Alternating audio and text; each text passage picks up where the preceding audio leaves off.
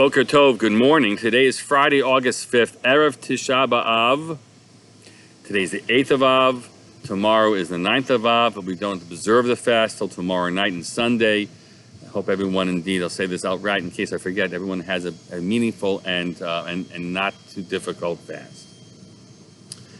What's the cause of the Khorbon? The destruction of a temple and a commonwealth. What brings it down? The Talmud struggles to offer explanations for what, indeed, we can identify as the cause of the Khorbon Bayit Sheni, the destruction of the Second Temple. Sinat Chinam is often pointed to, baseless hatred, which is horrible energy that exists, right? And in fact tells a version of a story about that with the story of Kamsa and Bar Kamsa, the mistakenly invited guest, and how he is treated, and how that leads, right, with not just theologically leads to the downfall of a society, but actually directly leads to Rome believing that the Jews are rebelling, and Rome sending in its forces to quell the rebellion. The Gemara goes on after that to tell other stories, and it could be they're just going out to tell the stories about what happened in Jerusalem, but they're just the dynamics we should know that also transpired, or possibly and more likely they're telling you this is a bigger problem, something that Rav Daniel Hartman and Yossi Klein Levi identified not in the Gemara but separately in their own podcast on this topic this past week. It was an interesting podcast. What am I referring to? The Gemara goes on to describe that in Jerusalem there were two factions. There was the rabbi faction, the people that were aligned with the rabbinic leadership in the community, and there was another faction called the Biryone. The Biryone, which it's hard to translate. Sometimes they call them the zealots. Sometimes they call them thugs. But they are radicals. They're fanatics, and they are hothead fanatics.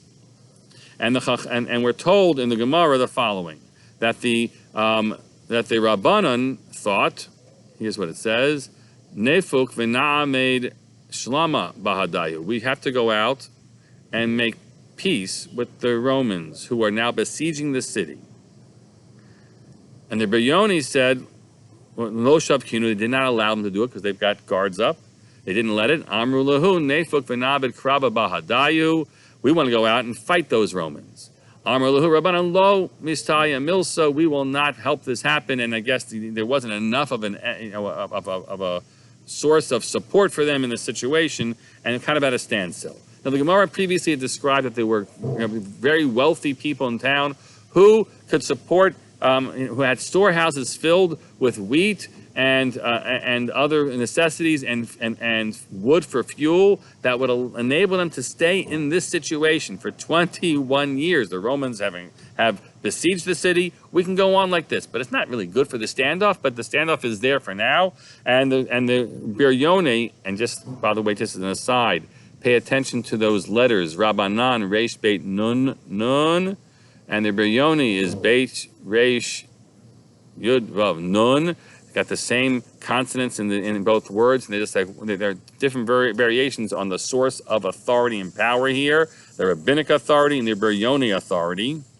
And the Biryoni decide they're going to force the issue. How do you force an issue? There are, I guess, different ways, but they decide that they're going to make a radical move. Kamu kalanhu lahanhu ambire dachite visare. They went and they just burned down the storehouses of barley and wheat and barley. Bahava kafna, and then the famine took hold. The famine took hold. What's the cause of the Khorbon? So yes, the Sinat Chinam that we read is that's a piece. But the other part is when there are factions and there's reasoned positions behind saying we have to fight against the Romans versus that we should be pacifying them because it's going to get whatever the reason is, right? But when it goes the next step where people then take radical moves, destroy the storehouses, self-destructive, literally self-destructive acts to force people one way or another who step beyond the pale, that's when things collapse. That's what destroys the Beis Hamikdash.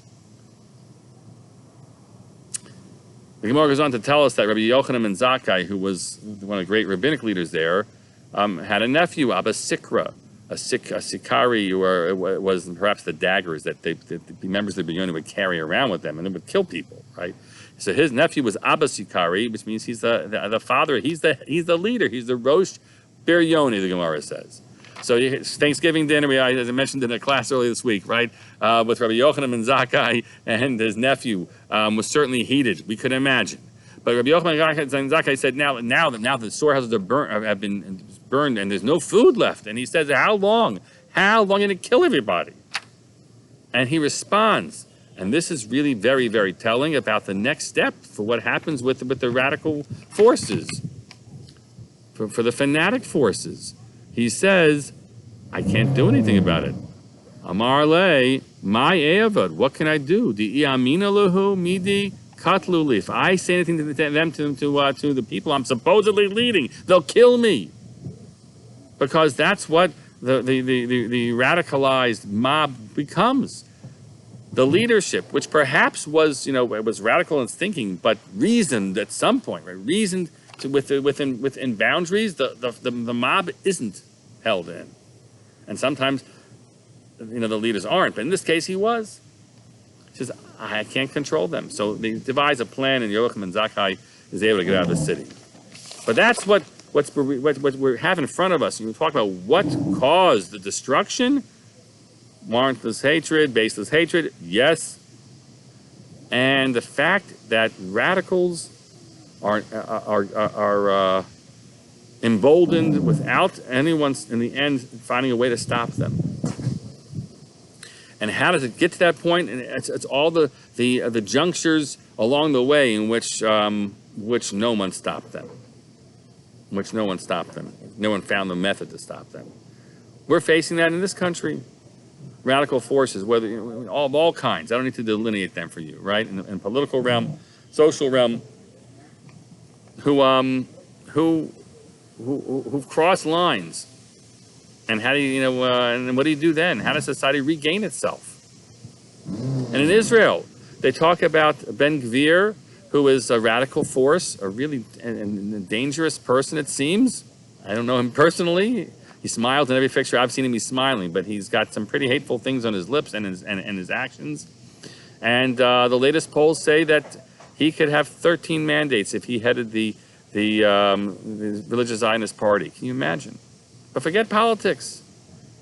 We think about what happened. I'm sure you follow in the news what's happened at the Kotel, which shouldn't be that kind of place, but in this section of the Kotel, which had been set aside for non-Orthodox worship, for egalitarian worship, davening, and so there was a bar mitzvah, a group of bar and bat mitzvahs that took place a month or plus ago, and people were seemingly busting youngsters, teenagers, beyond who were there to wreak havoc and destroy Siddurim. And what was going on? What happened? How does the society allow for this? And the answer is, if it has allowed for it, how does it regain control? And the answer is, you better figure it out. Because that's where Khorbon happens. That's where the Commonwealth collapses, God forbid. If we haven't figured it out, then we don't yet deserve to have the world that we have started to recreate there, and the world we're trying to hold on to in this country too. What destroys the Mikdash, as Rav Daniel and Yossi Klein Levi say in their comments, and I think the Gemara is in effect saying here directly, are the voices of radicalism that aren't in control. We better get control of those voices. Assert ourselves what the boundaries are, what the center is, and the left of the center and the right of the center, and then what's beyond the left and the right that we simply cannot, as a society, allow to be, cannot stand. That's what the commission for January 6th commission is kind of doing. Forget about who gets implicated anywhere, right? This cannot be allowed to ever happen again. That's the message I'm conveying to you this Erev Tisha B'Av. May we learn it well. Wishing you all Shabbat Shalom and a meaningful fast ahead.